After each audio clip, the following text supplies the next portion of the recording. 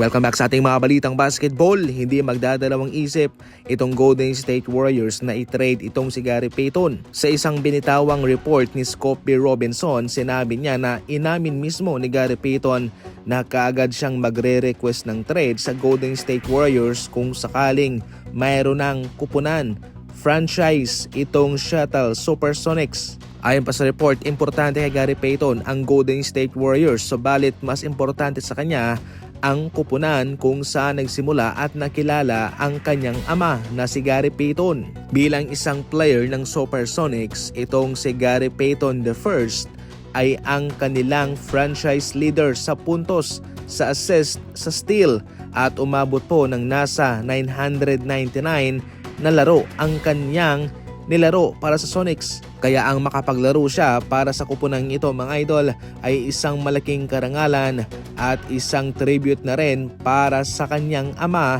na si Gary Payton I. Kaya dahil dyan ay kaagad naman po itong bibigyan talaga ng approval nitong Golden State Warriors, itong kahilingan ni Gary Payton. Ayon sa impormasyon mga idol, magiging okay na ang franchise ng Seattle at ng Las Vegas sa 2028-2029 NBA season. Binanata naman ng Hornets announcer na si Eric Collins itong si Bam Adebayo dahil wala ito sa kanilang laban. Itong si Bam Adebayo ay naka-out sa kanilang laban, subalit mayroon siyang right calf tightness. Naninikip ang kanyang calf mga idol. Pero ayon pa sa announcer ng Hornets, baka sumakit daw ang balikat nitong si Bam Adebayo sa kakashoot ng nasa 40 free throws. Grabe ito natatanggap sa ngayon ni Bam Adebayo na mga panglalait mga idol, mga pang-tutrol sa kanyang 83 points na tila hindi totoong basketball. Parang pinilit, parang hinabol na makabreak ng record. Ano ang komento ninyo patungkol dyan? Pambihira, for the first time ay ngayon lang ito nakita na ginamit ng isang player ang kanyang sapatos para mang-block.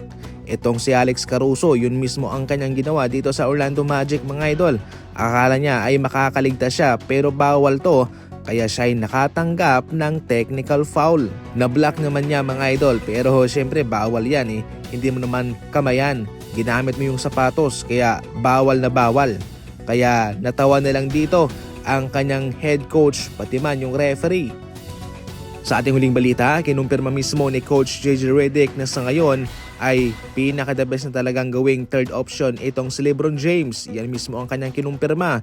Pero hindi nangangahulugan na kung siya ay third option ay maliit na lamang ang kanyang minuto. Mataas po ang ibibigay na exposure ni Coach JJ Redick sa kanya. Sinabi nga niya, itong si LeBron ang third option na mayroong mataas na minuto. Yan sa ngayon kasi ang nababagay sa kanya.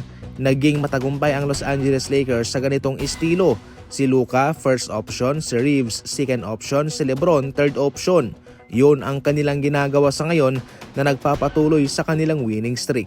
Maging updated sa mga NBA Fast Break updates, tumutok lang palagi. And as always, thank you for watching. Alam mo ba na pwede mong mailagay ito sa kwarto mo, sa sala, sa kusina o sa garahe? At heto pa, naka-sale sila ngayon. Ano pang hinihintay mo? Pindutin mo na ang link na nasa comment section.